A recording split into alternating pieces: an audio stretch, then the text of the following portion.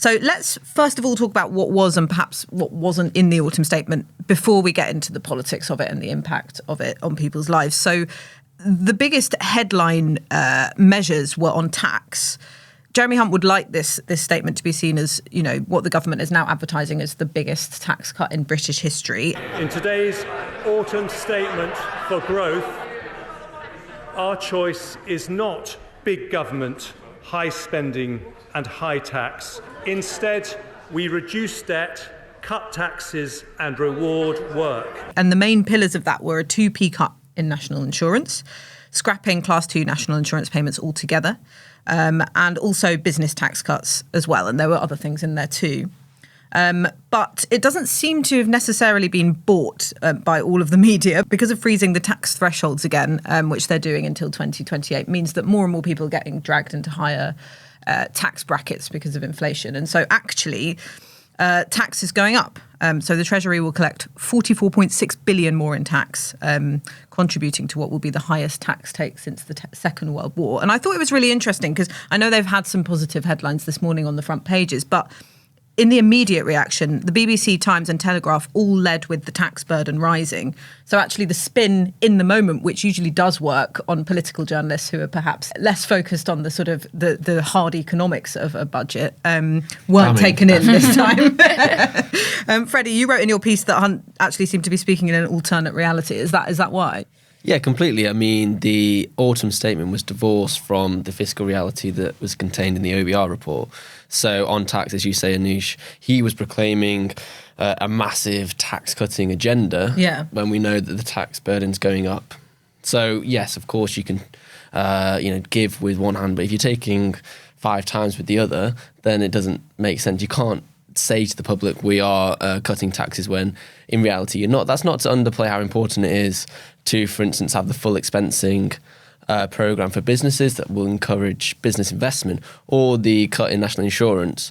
But overall, the picture is of a government that's struggling with low economic growth, which is forced to raise taxes because of public services, and one which isn't really aligned with what it's saying in public. Yeah, and Rachel, explain a bit about what this full expensing thing is, because it sounds very technical, but actually those free market think tanks, the Tories on the sort of economic right of the party, are quite pleased with this measure. I should say that it's not just the right-wing think tanks, it's also business groups like the CBI and others, like the more kind of mainstream economists will say that this is a distortion in the tax system that makes it harder for businesses to invest. So one of the big problems with productivity in the UK is that we have really low business investment, particularly capital investment in plant and machinery, like physical things.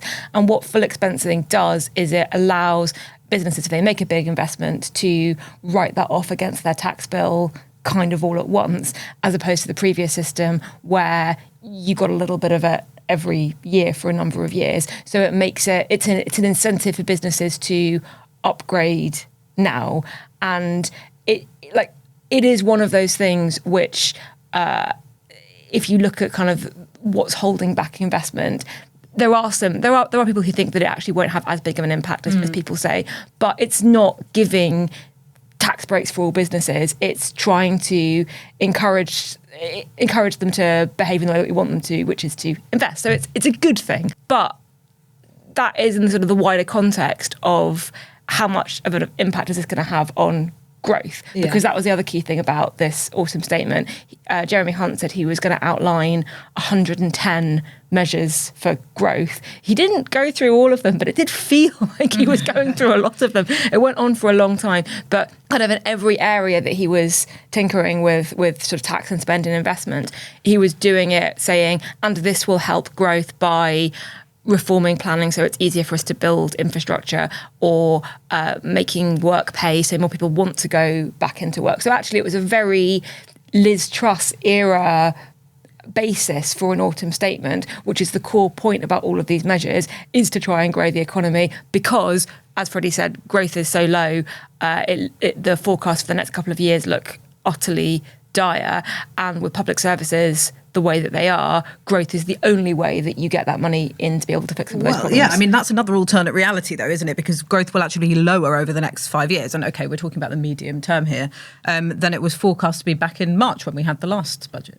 Yeah, that's partly, I think, because we're starting from a higher basis. But yeah, growth rates are lower than they were predicted to be. But I think public services is the key point here. So what Jeremy Hunt has essentially done is, because inflation has increased the tax receipts that the government's receiving, he's taken that extra money, used it to upgrade welfare, which we should recognise, which is going up with inflation. He's also used it for these big tax cuts. But essentially, that money should have been spent on maintaining the budgets for public services. So the big black hole in his analysis is that after the next election, you're going to have all of these departments that aren't protected in terms of their funding have massive spending cuts in real terms. Now, I spoke to one Tory yesterday, and I put this to them, and they were like, "Well, yeah, because that's fine. We want a smaller state." So there are some Tories who just see it as a way of shrinking the state, but I think there are also lots of Tories who would balk at the idea of cutting even further justice or prisons or whatever it may be. Schools, everything that's sort of like not the NHS or aid. So that's a sort of secret purpose behind the autumn statement, which I don't think many people, Jeremy Hunt definitely didn't recognise. Well, it's a whacking great return to austerity, isn't it? And it's almost identical, the amount that non-protected departmental budgets are going to be cut as the tax cuts, the money he spent on tax cuts, about 20 billion. That, coupled with the fact that living standards are at their biggest reduction since the 1950s, means that people are not necessarily going to feel this extra money in their pockets brought about by the tax cuts, but also they're going to be facing public services that are even more squeezed. Because I know people say this is a trap for Labour. If they get into government, they'll have this big black hole in public spending. But it has an immediate impact, because if, say, the prison service thinks that it's facing these extra cuts, it can't invest, it can't hire more prison staff. It has an immediate impact. It doesn't just happen in the next parliament. Yeah, so I guess the question is it going to happen? Yeah. And I think what you're going to see is whoever wins the next election, they're going to have to confront the fact that we need to increase tax revenue. It is interesting from Labour's perspective that they've essentially supported the key measures in the autumn statement. They support the national insurance cut. They've basically said that they support the full expensing policy. I mean, in part, that's because they've always said taxes should be lower on working people, and they also think we should have continuity and help for the private sector. However, there's a broader divide that I think's been set out this week. It started with Rishi Sunak's speech on Monday, and now we've seen it in the autumn statement as well. It's clear, I think, now that the Tories are going quite hard on the fact that we're going to cut taxes. Labour's investment plans with the Green Prosperity Plan mean that they won't. So that, for me, seems to be a divide that has come about this week that wasn't very clear last week. Yeah, and let's look at what they actually did in terms of cost of living measures to try and mitigate, how people are feeling at the moment. So you had the local housing allowance, which is housing benefit for private tenants. That's been unfrozen. It had been frozen since 2020. But when you look into the small print, it's just going to be frozen again. And so people are going to be right back in the position that they were in by the time of 2025. So it's not a huge change. You did have benefits going up in line with the September inflation figure. Again, I'm not sure how, great a victory that is, bearing in mind that is the norm. That's the default, But then again, it's people easy are to say we're compassionate conservatives, but that's just the normal. Yeah, there never used to be this debate before. No, every it's the same with the minimum wage. Yeah. So if we're increasing the minimum wage massively, it's like, well, yes, because inflation's going up. Yeah, and you would always do that. Yeah, and that's another measure. Triple lock stays in place, so pensioners feel more comfortable, and alcohol duty frozen as well. Which means, by the way, that pensions rise more than in-work benefits. Yes, it's a different inflation rate that it rises by. I think it's 8.5%. It's by earnings, because that includes the increase in. This is one of my pet topics. Yeah. That the increase in the triple lock this year includes the bonuses, the one-off bonuses offered to NHS workers as part of sort of pay settlements, and so it's saying, look, workers got a pay rise on average of 8.5%, but they didn't really. And that was also to make up for years and years of stagnation, but the triple lock goes up by that same amount. So it goes up in line with average earnings rises rather than the inflation rate, because it's always one of three measures. Yeah, okay. The pensioners get a bigger pay boost than literally anyone else. And I feel like that's important to flag. Well, all of this suggests that that there may be an election coming up, I suppose, is one way of reading it. And then we look at what they did on benefits. Yes, they put them up in line with that inflation rate, but they've also introduced way more conditionality into the system. And that's sort of a euphemism that basically means you have to do more to get your benefits. And some of it's quite punitive. So you will have to do a mandatory work placement if you're still looking for a job after 18 months. And if in that 6 months of when you're supposed to be doing a work placement, you don't engage with it, then you'll lose your benefits, free prescriptions, dentistry, access to legal aid, and also because of changes to work capability assessments, which are the fitness for work tests for disabled and ill people. It's much stricter criteria now, so you will be more likely to have to be searching for work, and all of those things. We've had more and more conditionality introduced into the system since 2010, and it hasn't had the impact that the Conservatives would like, which is having fewer and fewer people off on long-term sick, or on the work capability assessment stream, which means you don't have to look for work. It doesn't work, especially not when you have the NHS and social care in the state that it's in. People can't get the care that they need in order to help them be in a state where they can look for jobs. And it also doesn't take into account other reasons that people who are out of work struggle to find jobs. So maybe they don't have, reliable internet and technology at home. If you've got an insecure income and you're not sure if your benefits are going to be cut off, it makes it much harder to plan. Obviously, there's childcare. Childcare is meant to be being brought in, I think, next year.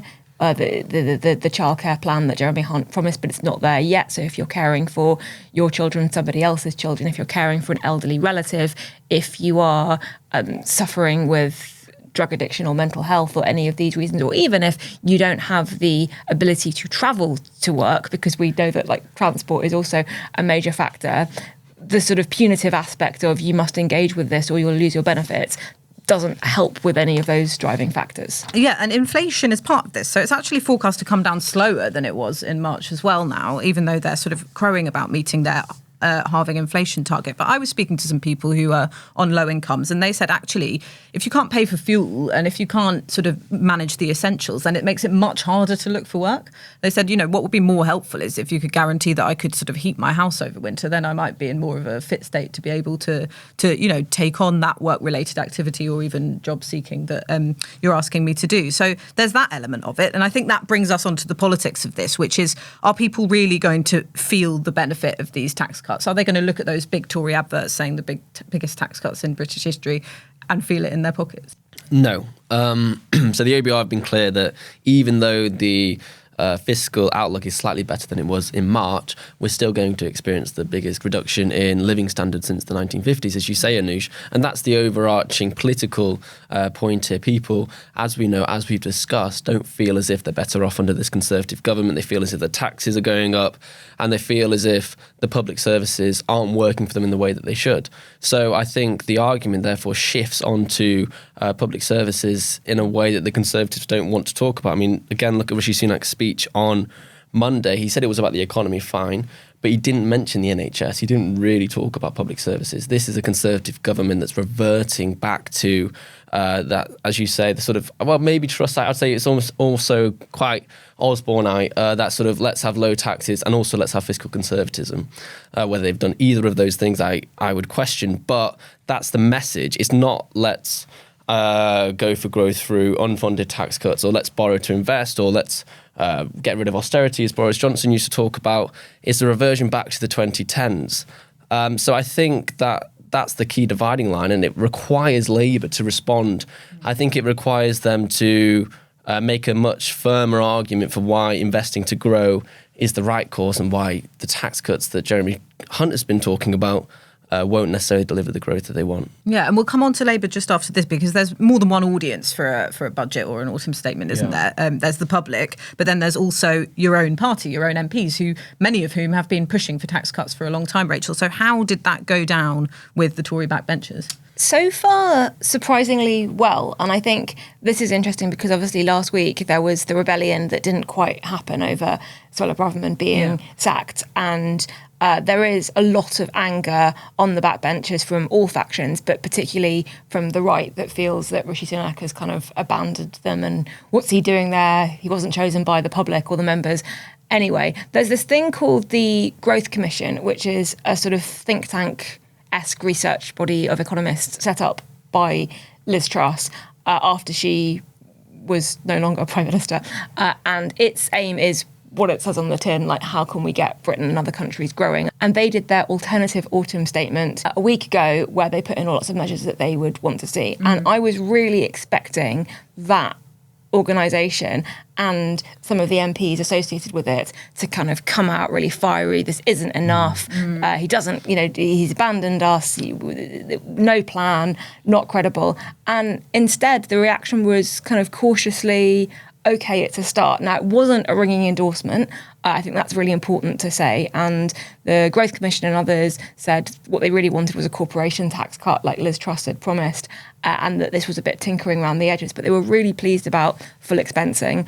Simon Clarke, who was a cabinet secretary under Liz Truss, said that full expensing, he said, was less sexy but more significant than the national insurance tax cuts for workers. So pleased about that, pleased about the fact that the framing of the autumn statement seemed to be in a pro-growth direction.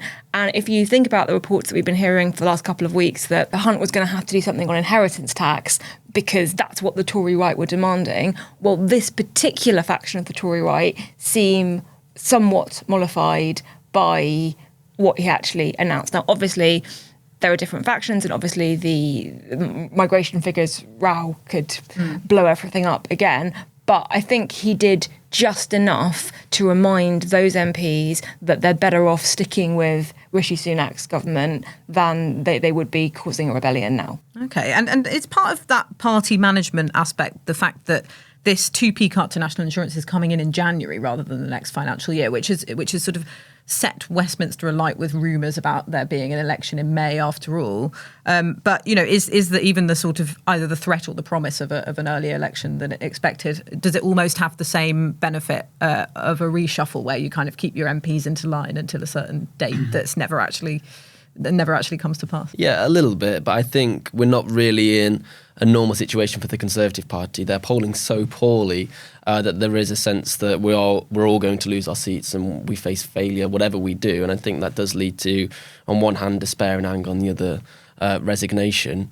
So on the election, I don't think whether you're going to have the election in the autumn or January 25 or May changes the fact that you want these tax cuts to come in as early as possible. You need people to feel it, so of course you want it to come in January rather than just a month before. I think that doesn't necessarily mean that they're going to go in May. See, I'm going to disagree with you because if we like to have a disagreement on this, I agree that we just don't know, and the polls look dire, and it would still be really risky for Rishi Sunak to go to the electorate in May.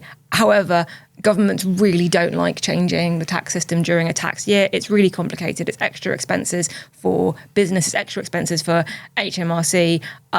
It's a difference of 3 months. If you were going to have an election in October, November, April changes would probably be okay.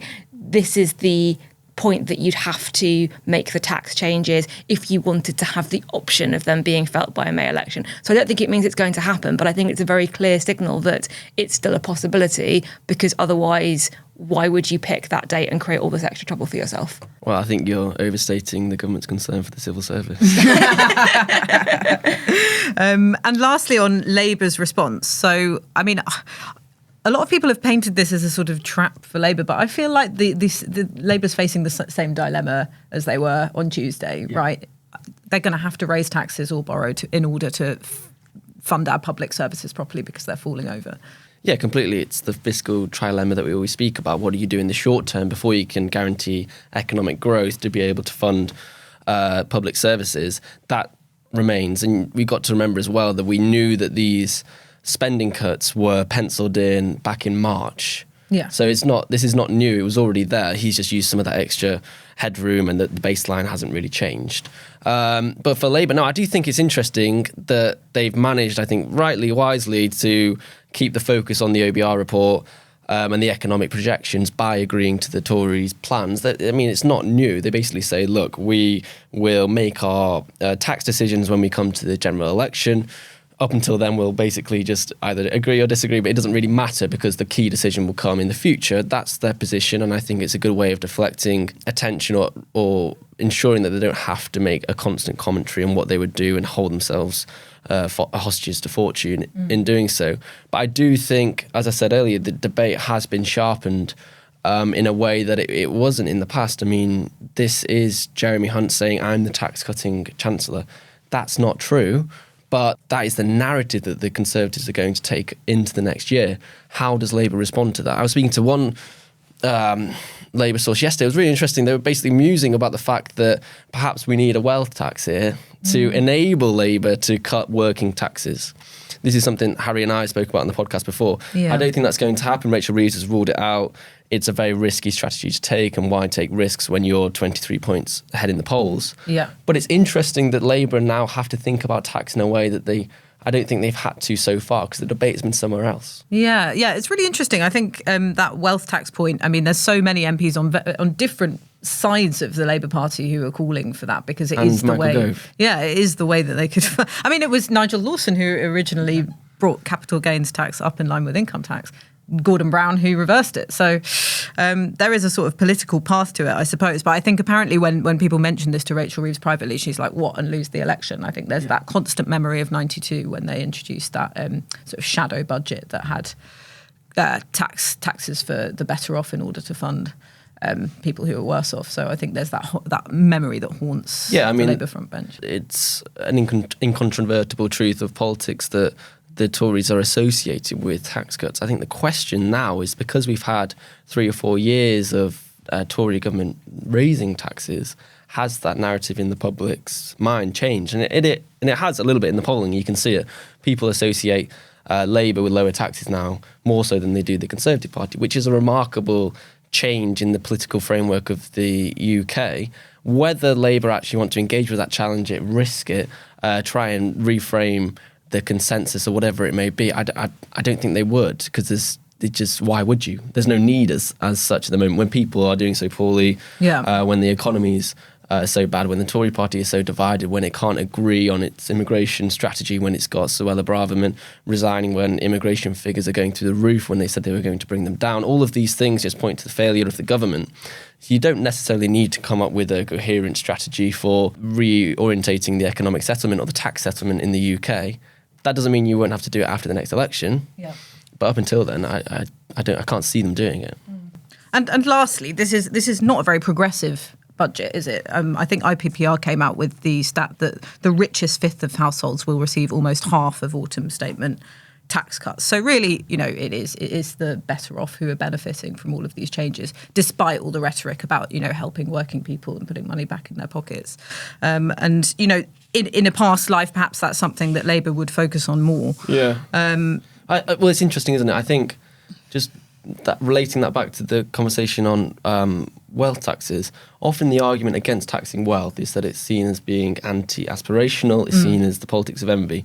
It's interesting, I do think that perhaps when the economy is doing much worse than it is and people are struggling, does that aspiration turn to anger and actually no, this isn't working for us and this is an unfair settlement? And I do think Labour in some ways have recognised that, because the taxes they've announced so far have been on non-dom people who are very wealthy, private schools.